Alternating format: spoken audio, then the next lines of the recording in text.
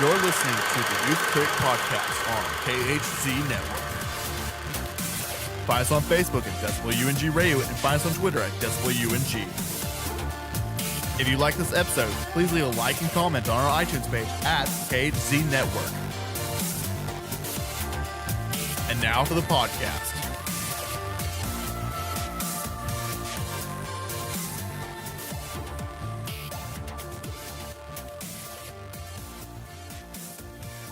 My name's Wade Watts. My dad picked that name because it sounded like a superhero's alter ego, like Peter Parker or Bruce Banner. But he died when I was a kid, my mom too.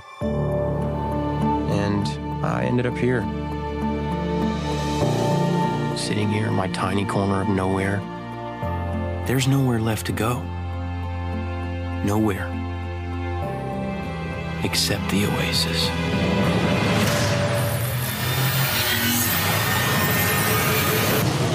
Welcome to the Youth Critic Podcast. I'm your host, Kel Smith. Joining me today is Andy Comer. How's it going? And later on in the show, we will have Gene from the Waffle Press and maybe a couple other people. I'm not sure yet, but when we get to the guests, we'll have a clearer picture of who's here. It'll be surprise podcast. So today, me and Andy are going to be discussing Steven Spielberg's newest film, Ready Player One, based off the book Ready Player One by Ernest Cline. Andy, what did you think of Ready Player One? Going into it, I was kind of getting excited because of, the word of mouth from South by, and I had heard about the 3D being really top notch and everything like that. So I was kind of getting excited for it. And when I actually did see it, it just was even better than I had expected. It definitely exceeded my expectations because I, up until last month, had kind of low expectations. And I know that sounds really bad because, everyone's like, oh, it's Spielberg, you have to have faith in the beard, blah, blah, blah, stuff. But, I honestly haven't cared for much of Spielberg's work in the last couple years. I can't think of anything that really stands out. It's nothing against him. It's just that he produces so much that, and it's such diverse stuff, props to him, but it's not going to hit everybody. So, I wasn't that didn't really impact me too much, but I knew the possibility was there, and he definitely nailed this one. Yeah, the thing about Spielberg is I've liked his more serious adult Oscar fare. I still genuinely love The Post and Bridge of Spies, but when it comes to his blockbuster studio populist films, I don't think he's done a great one since Jurassic Park. I don't like Indiana Jones and the Kingdom of Crystal Skull at all. I think Minority Report and War for the Worlds are kind of too depressing to be considered studio populace, broad entertainment. And I think you said since Jurassic Park? Yes. You didn't like Saving Private Ryan or Catch Me If You Can? Do those count as blockbusters? That's fair, I guess. Saving Private Ryan would be closer. I thought you just meant directorial. Sorry. Yeah, I mean fun popcorn rides, I guess. Yeah. Gotcha. And Spielberg's done some since Jurassic Park. Lost World, 1010, Indiana Jones, like I said, and what was the BFG? But I don't think any of those are anywhere near the caliber of greatness like Jurassic Park or the Indiana Jones trilogy or Jaws or E.T. I don't think any of those have reached the caliber, since then. And I don't think they've gotten really that close. So I was in my hype for this, I was kind of excited because this is a great way for Spielberg to kind of get back into the popcorn film. But my greatest fear too was that Spielberg would downplay a lot of the social commentary that was in the book. A lot of what Ernest Cline wanted to say through the Oasis and what he wanted to say about the sociopolitical side of the Oasis and what he wanted to say about how humanity has gone too far into wanting too much escapism. And while I think in regard, I think Spielberg has made a fun popcorn movie. Like this is like almost every set piece in this movie is extremely fun and fun to watch. And we'll get to the best one in the movie in the spoilers territory. But for me, I feel like Spielberg downplayed too much of the social commentary from the book. And while I know some people didn't really like the social commentary in the book, and my opinion on the commentary itself is it's not very well written or well structured in the way it's presented. And because Ernest Cline does so much in the first quarter of like 80s nostalgia, like, you know, like I hate to use this word, but masturbatory. Like he basically just goes off on all these 80s references just to describe the world. It just comes off as masturbatory. So when you get to the second quarter and the third quarter where it's serious and where it's more of a deconstruction of how entertainment and escapism can also be terrible for you, it's tonal whiplash. But in terms of the movie, it just got rid of it rather than just try and fix it or pick one side or the other. So with that said, I think Ready Player One, it's a fun movie to watch. I think it's very much worth the time, very much worth the price of admission. I just wish, as a book reader, they had kept either the social commentary from the book or had some more to say about the Oasis. But then again, having King Kong, throw cars in a car chase while also having the Rexy chase the DeLorean, that's kind of fun to watch. That's fun to watch. Mm-hmm. So without going into spoilers, what were key points that you liked about the movie? I liked, all of basically every character, even though I guess you only get to really know him, but like I enjoyed what you did get to know about the others. Like honestly, you don't get to know much about anybody besides the main character. They don't dive much into even Artemis or H, and the other two that are in the top five, like they get named and then they just like do cool stuff and they're like backup support, but literally nothing about them. You don't really know anything about the villain besides the fact that he just wants to win the thing, or needs to win the thing just so that his company can take over, and then they would be like make all this money. Like it's not a deep film character wise at all. And that's like my biggest criticism about it. But like, it's like you said, it's a ride. It's like you're just along for the ride, and you just interact with the world, both the real world and the Oasis, and you just have fun with it. And that's the best thing about it.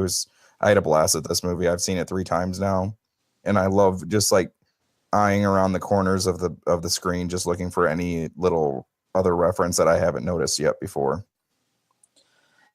Yeah, I've only seen it once. I plan to see it again because I still had a fun ride. I had a great time.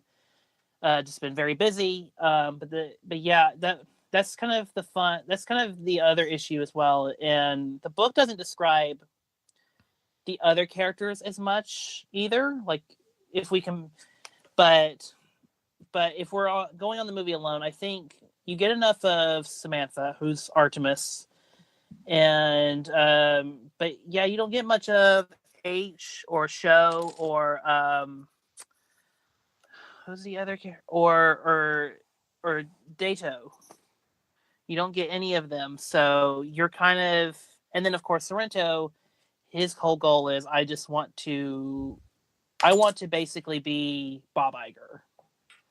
I have to make make these grand deals just so my company can be the biggest company in the world.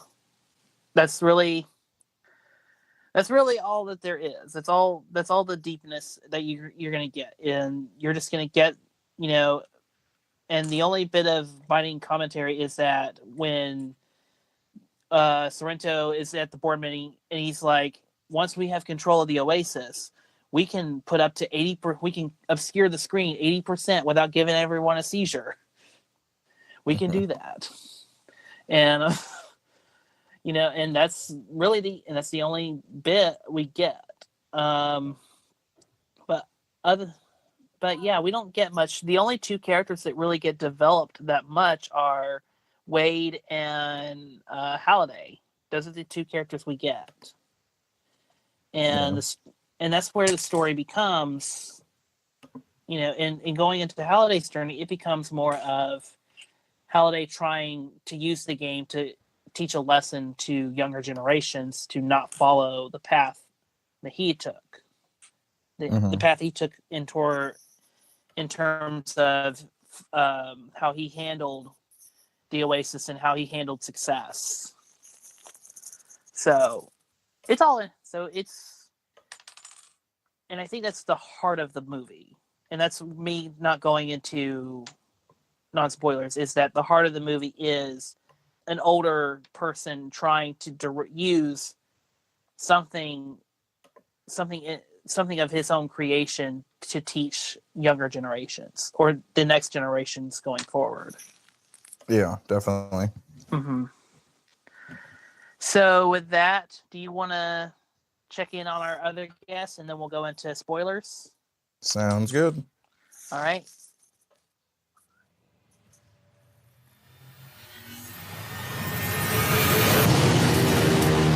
A whole virtual universe. Take you on a trip around the world and back. People come to the Oasis for all the things they can do. And you won't have to really sit still. But they stay because of all the things they can be. Can you feel this? Let me show you the world. Yeah. It's the only place that feels like I mean anything. The Oasis was the brainchild of James Halliday. Hello. If you're watching this, I'm dead. I created a hidden object, an Easter egg. The first person to find the egg will inherit $500 billion and total control of the Oasis itself. Who is this Parzival, and how the hell is he winning? Find him. This isn't just a game. I'm talking about actual life and death stuff. The Oasis, the world's most important economic resource. Hello, everyone. Welcome to the Critic podcast. I'm your host, Kale Smith. Joining me today is Gene Aversa. Hello, how you doing? And we're talking Ready Player One. And before we get started, Gene, what were your thoughts on the movie? I was very enjoyed by the whole experience. I felt it was a fun popcorn film. I was pleasantly surprised that, well, not seasonally surprised. I was very happy that Spielberg still has it. He could still make blockbuster fare. His films, I think we were talking about this earlier, like BFG, they weren't really blockbusters, but it wasn't, it was a big budget film, but they weren't like for the masses you described it as. They were, BFG and Tintin are more studio broad populist films. They're just, they're just not like as exciting. What I mean by they weren't as exciting as something like Jurassic Park or the Indiana Jones trilogy or Jaws. They're not on that like caliber of equality, in my opinion. Okay, yeah, I definitely agree. And they're kind of kids' films as well. Well, sure, but still, kid movies can be really good, as we've seen. Okay. Kid movies can still work. So, but yeah, I really enjoyed it. I felt some of the changes he made were better than the book. It was a film that exceeded its source material, and it's a Spielberg movie, so either way, I was happy just seeing it. Missed him doing blockbusters since you haven't seen that since like Indiana Jones. Mm-hmm. Yeah, the way Ready Player One, I'm gonna get super, super picky because I know on this podcast I have been, just like praying, hoping, or praising the Ready Player One trailers and just being like, Spielberg's gonna come back. He's gonna make a studio broad populist film that's gonna wow everybody, and all those haters, they're gonna just turn when they see it. It's gonna be glorious. Right. But I mean, sometimes you can change people's opinions. With them going into a particular mindset in the film. Yeah. But, sorry I interrupted you. No, but the way I look at Ready Player One is it's really good. It's still not. It's still not great. And as someone who also read the book as well, I'm still trying to decide in my mind if it was a mistake if I read the book before the movie, or if I should have waited to have read the book till after I saw the movie. I'm trying to think if my like what I loved about the book is clouding my enjoyment for Ready Player One, because Ready Player One, you're right, it is a fun popcorn movie. It's exciting. It's vibrant. The Oasis is beautiful to look at, and then of course when we get to the real world of Columbus, Ohio in 2044, I think, or 45. When we get to the future of Columbus, Ohio, it's of course like it's the colors are drained. It looks very industrial. It looks kind of very saturated and miserable to look at. And of course the Oasis is vibrant and colorful, and I fell in love with the Oasis, the way it looked, especially that nightclub scene they go to. I thought that was beautiful, very well done, and I thought even some of the puzzles they did were very well done. I thought they were a lot of fun. I felt in some instances they were better in the book because I was talking to my friend last night where it's just like he wants to see someone spew lines from War Games, and I like War Games. That's a fun 80s film that doesn't get enough credit on its viewpoints on nuclear war, but it had to be, they had to change some stuff because obviously it wouldn't have translated the film, and the recreation of a certain film. Oh, I love that scene. That was pretty cool. I know it's. I would say. We'll get to it in just. We'll get into a little spoilers of it in just a minute, but yeah, the second Easter egg is, or the search for the second Easter egg in this movie is a lot of fun, very well done, and it's a nice little tip of the hat to one of Spielberg's former friends. I was playing in his friend's backyard. That's what I heard. Yeah, it's a and I really love the cast. I thought Olivia Cooke stood out as Samantha. I thought Mark Rylance did a really good job playing, the Highland that I knew from the book, because Holiday, excuse me. Holiday, yeah. Because Holiday is supposed to be very awkward, very kind of, to himself, very autistic as it's described in the book. And he's like an eccentric Howard Hughes type. Mm-hmm. And I thought he did I thought Mark Rylance just doing another really good job of bringing that to life. And I liked the two actors that played Dato and Show, Philip Zhao, and Win Moreski. Excuse me for butchering that. I'm sorry. And I just like the little bits of cast members that came in. Lena Waithe. Is it Lena Waithe? Or Lena Waithe? I believe so. Yeah. She brought some really good. She brought the really good comic relief. It's overall, I thought the cast did a very good job. Ben Mendelsohn is, of course, Ben Mendelsohn. Right. I do like Ben Mendelsohn. I was going to say from Mark Rylance, I really like the duality of his real life persona and like his online persona, where that's kind of you wonder some of that about yourself when you're online, like it's a more exaggerated version of yourself, or it's a different side of your personality. So I thought that was a really interesting take he had on the character. Mm-hmm. Yeah. I thought that was all interesting because, I mean, it's funny that he, of course, makes himself as this big, grand old Gandalf-like wizard, mm-hmm. but in personal life, he's just a kind of a nerd. He's kind of kind of keep to himself nerd. He's lacking in social skills, social interaction. So I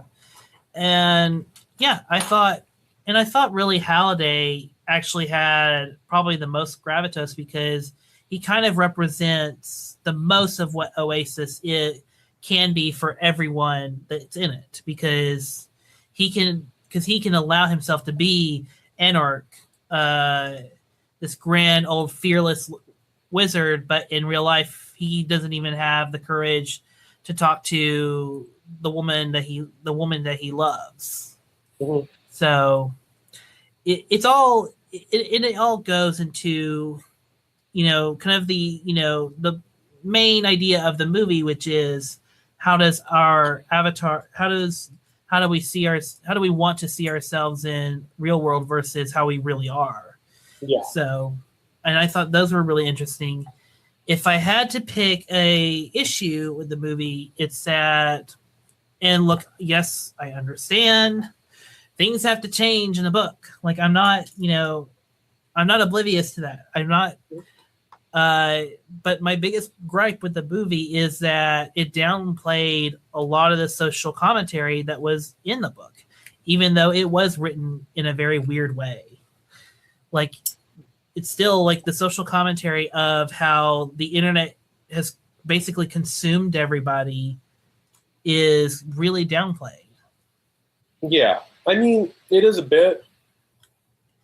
You could still see it in small, subtler ways where, the opening just has people kind of consumed by the Oasis in that opening sequence at the jump, mm-hmm. where, people are just getting pizza delivered and they're just going back in their home. And you kind of see that in the end where everyone's just glued to the monitor to see the outcome of the match.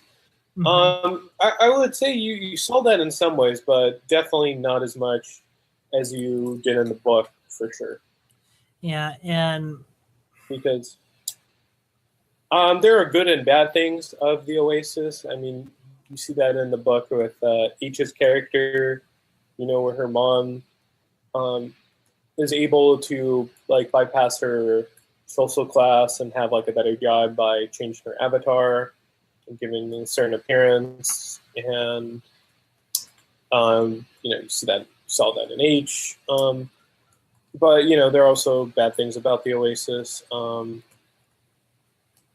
where people are being consumed. So yeah, I don't know. Yeah, I mean, it just takes over their lives, and it takes precedence in taking away the responsibility. I mean, the movie does, in the narration from Wade, it does explain that it basically was everyone just kind of left the problem because it got too complicated, and that's what the Oasis did. It gave everyone an out rather than trying to solve the issues at hand, which did ultimately become the kind of uprising of IO1 and it led to all these loyalty centers where people just got basically indebted like you would with credit card debt, and now they have to work there to pay it off. And it's all these really good, and in the book it really does tap into that, into how it's great that how awesome the Oasis is, and but then loses itself, but then it shows kind of the nastiness when Wade goes more into his own self-isolation. Right. And you can either feel sorry or you can feel like this is disgusted. For me, I look at it as I feel terrible for the characters in the book because they have allowed this to happen. They've allowed the Oasis to basically take over their normal functions of life. So but yeah, and I thought that was just downplayed a little too much here, because the Oasis, it's pretty much is, it's all fun and games, it's all fun, we're having fun, and isn't it fun? And I felt like that was kind of lost in translation or an adaptation, and that's really my only gripe with the movie. Because other than that, it's a fun movie. I thought all the action was well done, and I thought overall it handled everything. Overall, I thought how all the new stuff worked really well seamlessly into the movie. And much like Spielberg's other adaptations to his work, you can kind of look at both the movie and the book as separate things. So yeah, for sure. Mm-hmm. I felt some things were lost in translation, but I mean, they were still hinted at enough. Again, it is a fun film, but there are serious undertones there, like social disparity based on wealth and the way the poor being mistreated by the rich and the gaps, a gap between them. So, I mean, right. Yeah, it's hinted at. I will say that. Yeah, it is, and I mean, I wished it was more than just hinted at. So yeah, but yeah. So do you want to get into spoilers on Ready Player One? Mm-hmm. So I love when they go into the Overlook Hotel. Oh yeah, that was I love that. I love that scene because the CGI was such the visual effects were so seamless and making that scene I'm trying to think of a proper terminology for this. You went back in time, I guess. Yeah, it's seamless how it even looks very much like, it looks so much like the movie. I almost thought for a minute they took B-roll footage of Kubrick's film and just had the characters walk through it. Right. I thought for a while that was the case because of course Kubrick shot so much footage for that movie that why wouldn't Warner Brothers just have that lying around that Spielberg could use? But no, they digitally recreated everything and it looks fantastic. And that's I think the ways in which he pushed visual effects in this film, he doesn't get enough credit for being a pioneer of his craft and his form. Yeah, because Spielberg always is a technical person. He always has pushed technology, and you've seen that in most of the blockbusters he's done. And in this one, he really does push mocap technology here to its full, right. To its full potential. You saw that in Tintin. You saw that in Jurassic Park. Mm-hmm. BFG, yeah, for sure. Yeah, and even Jaws with the mechanical shark. Right, yeah. But not have filmed in the ocean. Right? Don't ever film in the ocean, Gene. It's a terrible mistake. Film in a lake. No, I would film in a tank. I would not. Yeah, that's dumb. Yeah. He was 20 something. He was like in his late 20s. He lived and learned. Yeah. I think he did well for himself. Yeah, right. Yeah. He recovered quite well. Yeah, he made a couple of good movies. Yeah, just only a couple. Yeah. Just like one every day, like one or two every decade. Just only like, yeah. we kid, but yeah. But yeah, and that's really, and it's also an incredible scene because it's a moment where you kind of see where Artemis kind of sees how much, the character of this female character, this kind of female love interest, what it meant to Halliday, and she has empathy for him.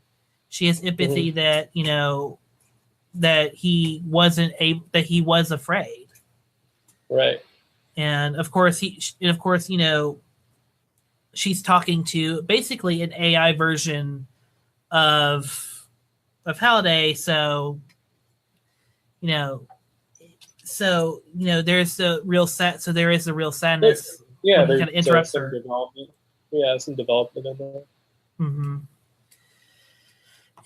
But yeah, I thought genuinely, I thought that was the most fun scene. I mean, obviously the kind of nightclub scene and the Oasis was really well done with the, them floating and dancing. And then the action scene that, comes up, I thought that was really good, especially with the Zemeckis cube. Yeah, that's good.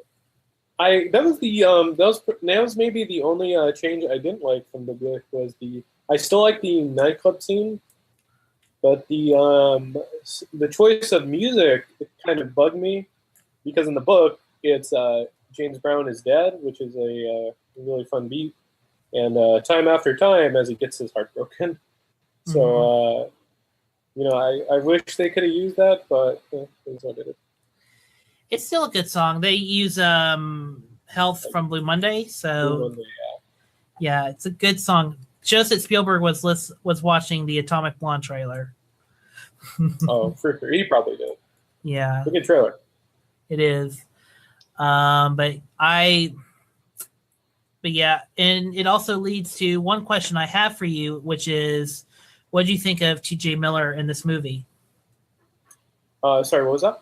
What do you think of T.J. Miller in this movie? It did bug me a lot that he was in there. It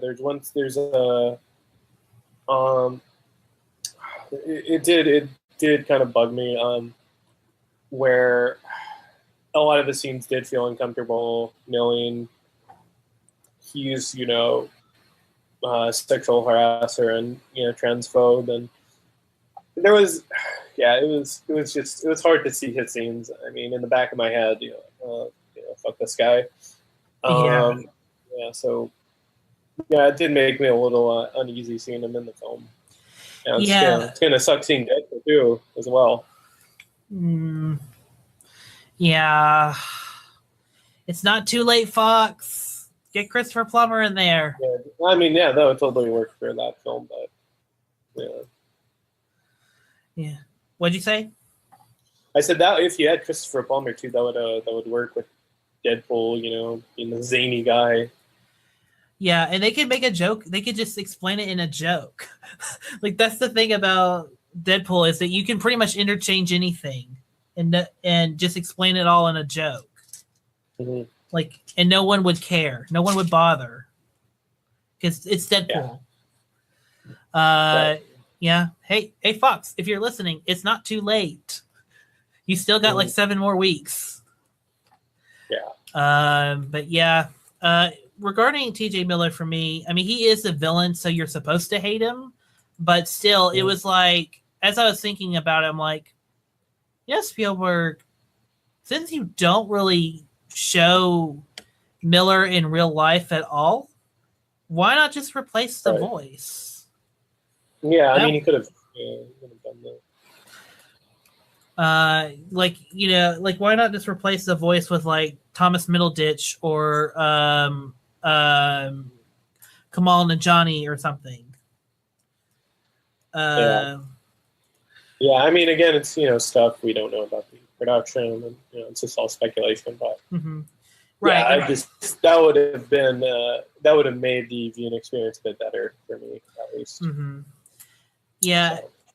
And you never know. I mean, Spielberg probably he probably just ran out of time, because we have to also keep in mind, like 2 or 3 months ago, he just finished The Post.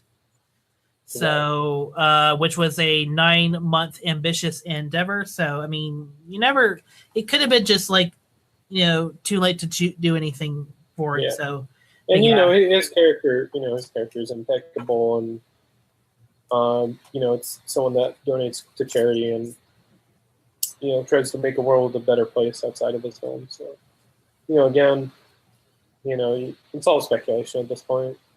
Right. But yeah, that's whatever. But so, and what did you? And I wanted to ask you, because really, they pretty much got a lot of the first half of the movie, or first half of the book, in adapting it into the movie. So did the change of them going from the war game / like Indiana Jones style first Easter egg hunt to the race, did that really impact you at all? For me, it's a fun race scene, but I have one thing about it. But go ahead, Gene. Yeah, it was maybe just a little bit jarring, but pacing wise, I felt it was the best way to introduce the world and the characters in it with an action set piece. So yeah, that was a good move by Spielberg with his part. So I have no problems. I have no problems about it. Yeah, I don't have that many issues. I wish what I liked about the Ready Player One when we first meet Wade is that he's kind of scrappy. He kind of has to like scrape for everything that he has, like even the parts of the Oasis he needs. Right. Like and here it's very easy for him to get coins. Like he just has to open the DeLorean and just like collect the coins as they come in, and he just so takes away some of the tension. But I still thought the opening was really well, in that it's really good, efficient visual storytelling, in that we're seeing how the world of Oasis works. We're seeing kind of the possibilities with the race, in that we see the DeLorean, we see Kong, we see the T-Rex, we see the wrecking balls, we see am I missing anything important? I think that was a dinosaur from Jurassic Park. I think it was a T-Rex. Yeah, it was Rexy, I think their name is. Yeah. But yeah, I thought it's a really good way to start the film, and actually after the movie gets going, it does like have its own pace, and we get into the characters a little bit more, and it's interesting. So yeah, I thought overall Ready Player One was a fun movie. I did find it odd that they kept so little of the book, because they changed a lot. And, yeah, they did. But still, I thought. Yeah, that's a Spielberg thing to do, though, to pretty much throw out the book. Right. Multiple occasions. Yeah, but other than that, I don't have much to complain. I think, I still have gripes of how the social commentary is downplayed, but other than that, I still would recommend this movie. This is a fun movie to watch. And did you see this movie in 3D? I didn't see it in 3D. There's very few films I actually see in 3D. Okay, because I heard that the studio was pushing the 3D a bit on this movie. So yeah. But yeah, I didn't see it in 3D either. I saw it traditional. But yeah, it's a fun movie. So do you have any more things to talk about with Ready Player One? Trying to think. Again, the visual effects and just the pacing is a well done film. Mm-hmm. I will say I really wish John Williams could have came back because I feel Alan Silvestri did a serviceable job, but it was good enough. But I would like him to reunite with John Williams in the not too distant future. And I think he will. Unless something happens between now and Indiana Jones 5. He has to come back for Indiana Jones because he has to. Right. I mean, what I mean by that is, John Williams is just getting older, and so he's retiring from Star Wars, which is understandable because beyond that, it's not based in the films he was on. They're going to do a new trilogy, and it goes away from episode 8 and 7 and the main franchise. So that's understandable. But he has to go back to Indiana Jones. It's such an iconic thing for him. At least for one more round. Of course, yeah. Yeah, and I think that so I think unless something happens, he'll come back. And but yeah, I would, but I did miss John Williams, and I thought Alan Silvestri just did a basic score. It felt like an '80s score, like something out of like an '80s adventure film, like Goonies or I don't know, Goonies or. Trying to think of something else. Escaping my mind, but Twilight Zone the movie, or I can't help you here. Yeah, it felt like a very basic '80s score, so it kind of fit the period. But yeah, well, I don't know. I just thought it didn't stand out to me. That's all I'll say. Well, that's fair enough. And I will say some of the dialogue got a little clunky in some cases, but that's fine. It wasn't too much the dialogue as per se, like the narration and exposition. It got like a little overbearing because we're seeing what's happening in Wade in that moment, and then Wade comes back on to explain more about what's going on in his inner monologue, or him trying to describe what's happening, and it kind of takes you out of the moment. So, but yeah, I like when he after he gets shoved and punched by his aunt's boyfriend, he goes into this, he's sitting there emotional, kind of, vulnerable, and he goes into this monologue about being named after a superhero. Yeah, that was. I don't know how we transitioned from that, or from abuse to I was named after a superhero identity. Mm-hmm. I don't know how that quite fit. But yeah, it's a good movie, and I'm glad we got it. Yeah. So Gene, if we don't have anything more to say on Ready Player One, do you want to get to your Twitter handles? Yeah, you can find me on Instagram, Twitter, Gene9892. Look for the Waffle Press on Twitter. It's the Waffle Press on YouTube and iTunes. Share, subscribe. Anyway, if there's something you don't like. So yeah, there are some interesting podcasts on there and videos. So reviewing old films, new films, just anything pop culture. So I think your fans would like it. I would hope. Yes, I think they would. Yeah, ask some people to check it out. Mm-hmm. I think the listeners would love it. And so with that said, we're gonna go back to the main cast. Gene, thank you so much for being on the podcast, and we will be back with you very, very soon. I'm sure we'll talk again about some other big movie or some other film sometime soon. All right. Welcome to the rebellion, Wade.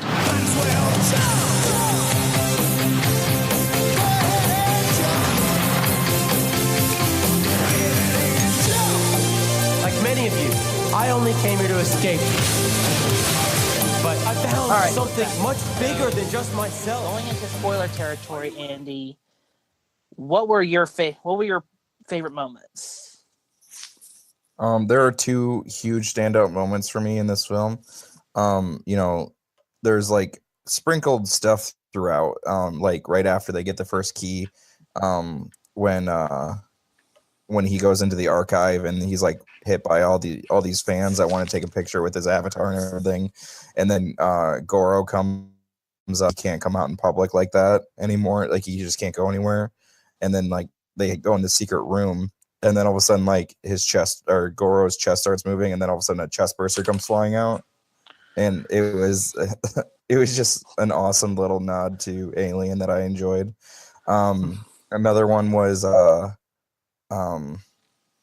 during the final battle when they're driving the DeLorean through like everything, all the battle are like asking for ammo because Artemis and him are both out of everything, and then H just throws him, try this little guy, and throws him a Chucky doll, and they throw it out of the car and it kills like 5 or 6 people right away, but one of the Sixers catch it and yells, "It's a fucking Chucky doll," or "It's fucking Chucky," and it's just funny because it's like it's just a perfect moment, like because that's exactly how you'd react if you just caught a Chucky, and he's like has like a butcher knife and he's just laughing maniacally, and it's just a perfect moment because like it's a PG-13 film and it's like literally one of the best F-bombs in a PG-13 movie I've ever seen, and it's just awesome.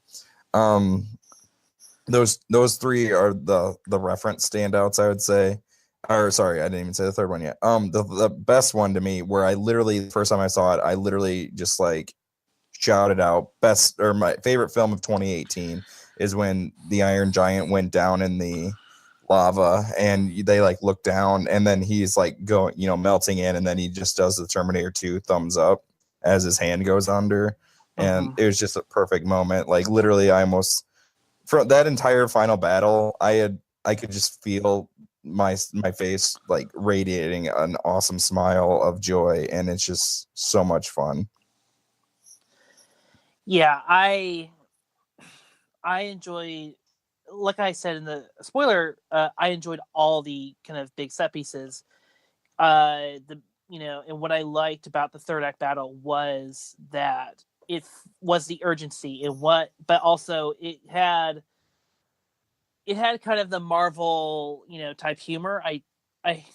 Where just there's an urgency, but there's also an underlining humor to it all. And in the Chucky moment, it's fantastic because, Samantha just hands it to Wade, and then throws it out like a grenade, and it just like takes out like 20 people or 20 avatars, and it's just great. It's that. And it's just that kind of fun. And while all this is happening, it's all to the song "We're Not Gonna Take It" by Twisted Sister. So it's that kind of level of fun wackiness that is needed in this movie, especially since when you have the Halo guys running, you have Jason Voorhees taking people down, you have the Iron Giant, you have just so much is going on. Like you just have all this stuff going on, and it's just bonkers entertainment, just a bonkers race to stop Sorrento before he gets the final key. Mm-hmm. And then talking about the set pieces and such, the film starts right out the gate, him explaining, like coming down to get in the Oasis and then explaining it and stuff like that, where he's at. And then right away they get into showing Planet Doom, where like, everybody is just in free for all battle to try to get like an artifact, and then which is used at the end of the film. So you know who won that, and then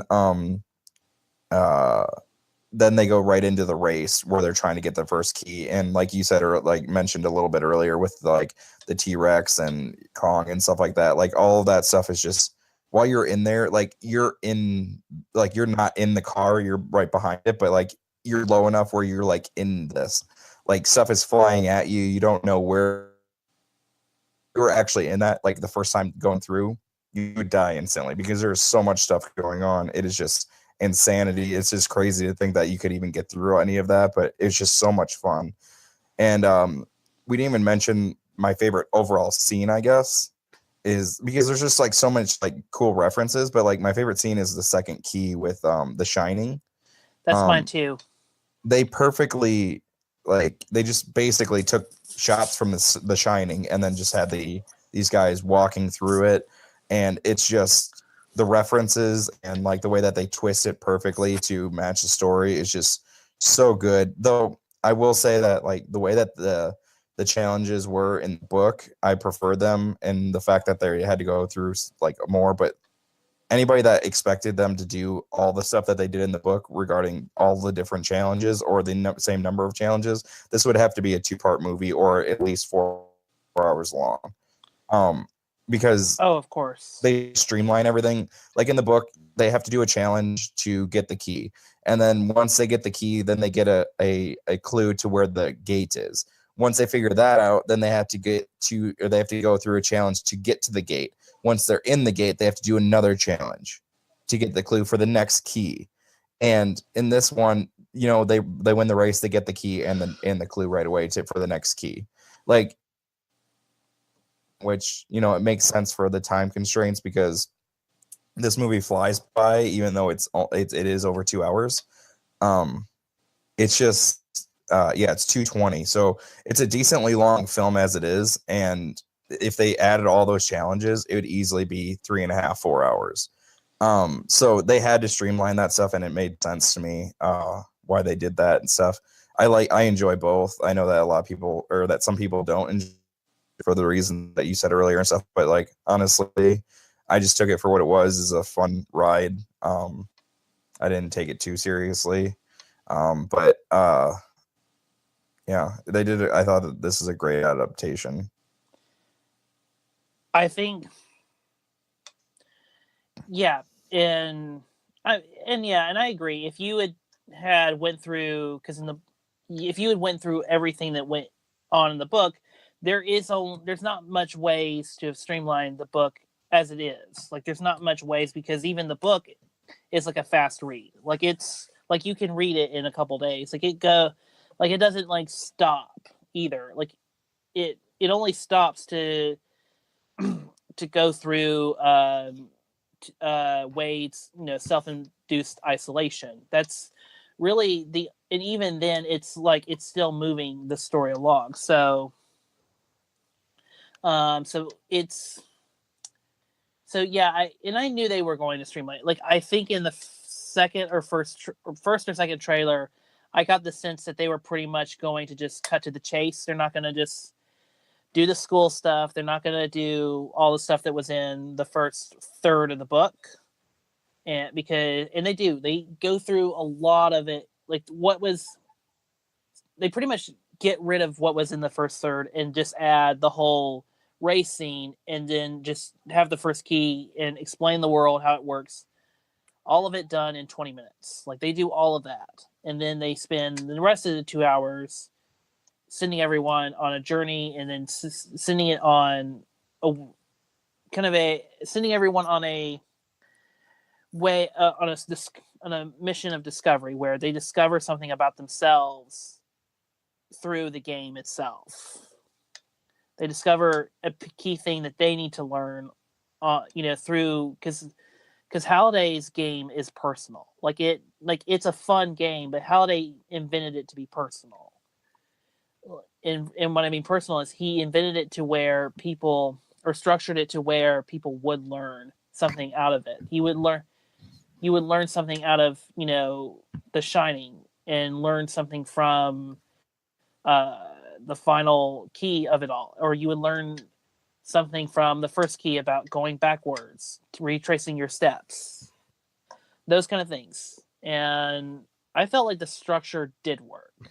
I think the structure of the movie does work, but yeah, it's just a fun ride, and I give Spielberg a lot of props because he really is the star of this movie. Because personally, I think Ty Sheridan's a good actor, and I think everyone in the movie is really good. I just don't think his character.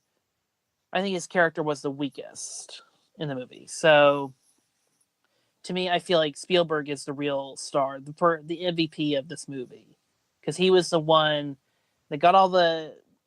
He was the one that could make all the calls to get everyone to sign off on letting all these references in, and he told a visually compelling story, set in the Oasis, and made it look beautiful and engaging. So kudos. Yep, definitely. Mm-hmm. I know that the book, like for example, like Diego hasn't seen the movie yet because he's waiting for the book to wear off on him because he really didn't like the book at all. But honestly, if you didn't like the book, you should just give this one a try. If you just like, it like just a balls to the wall adventure, like like all these popcorn references that you will just like, oh, nice. Like literally, I will watch this movie for the rest of my life and probably still see things that I didn't see the first couple of times. Like there's so much happening in this movie in the background and the details that I will literally enjoy this movie regardless for years to come, just in rewatches, just to like mine for any other Easter eggs. And I'm sure that eventually they'll come out with something that says like they'll like say that there's like an Easter egg or something that hasn't been realized yet, or some reference that hasn't been realized yet, and then they'll probably like have like a competition or something to find that. Because I think that, didn't they say that there's still one Easter egg in Guardians of the Galaxy that no one's gotten yet? Yes, there's still one egg in Guardians of the Galaxy that no one's found yet. Yeah, so like I could see the same thing happening, especially since that's what this.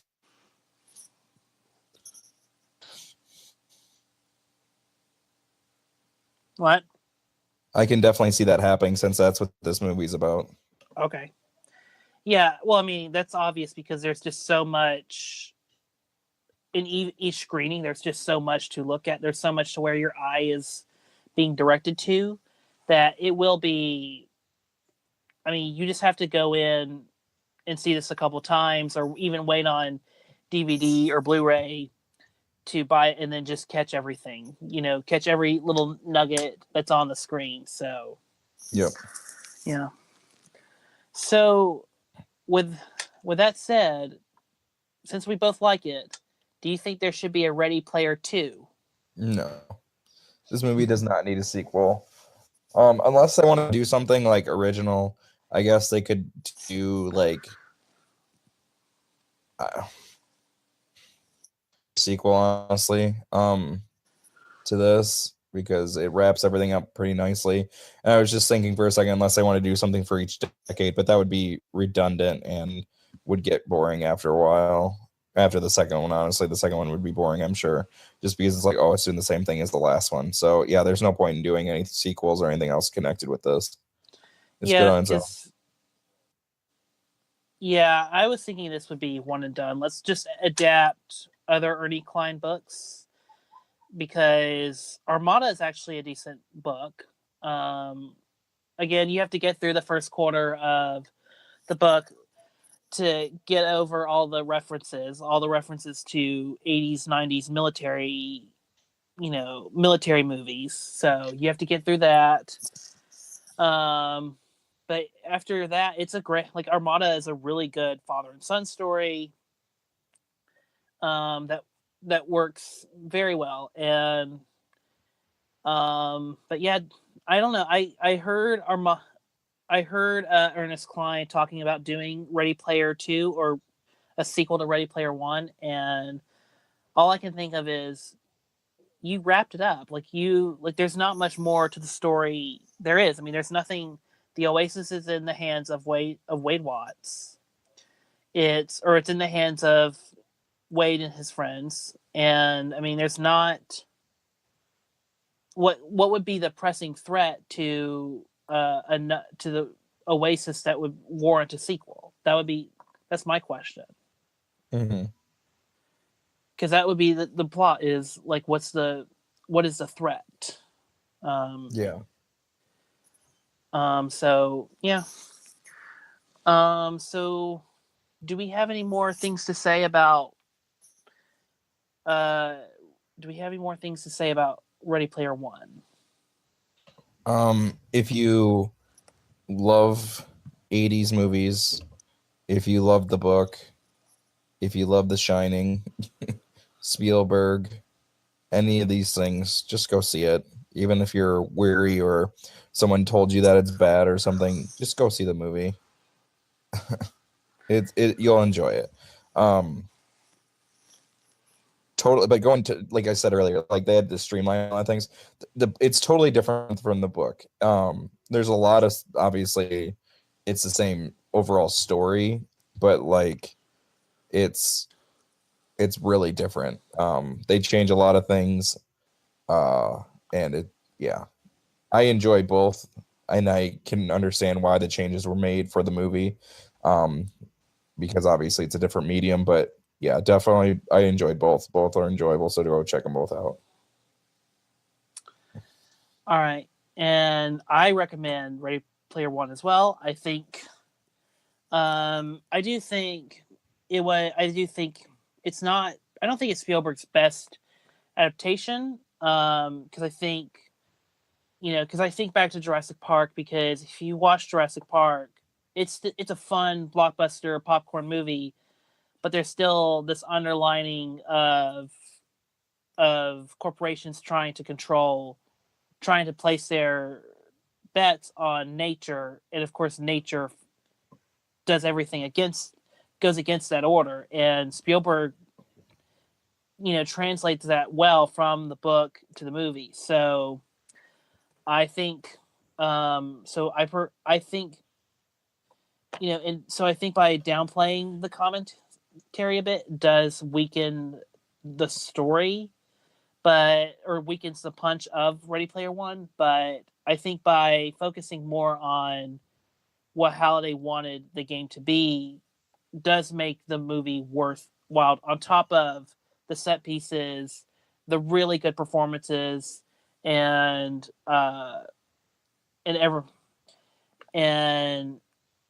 everything else that we have talked about that we have loved of the movie. So with that, I highly recommend it. And please check out Ready Player One. Andy, where can the good people find you? You can find me on Twitter at The Talking Can. Usually tweeting about movies or random things that annoy me about film goers or stuff like that. Just follow me and let's have a chat.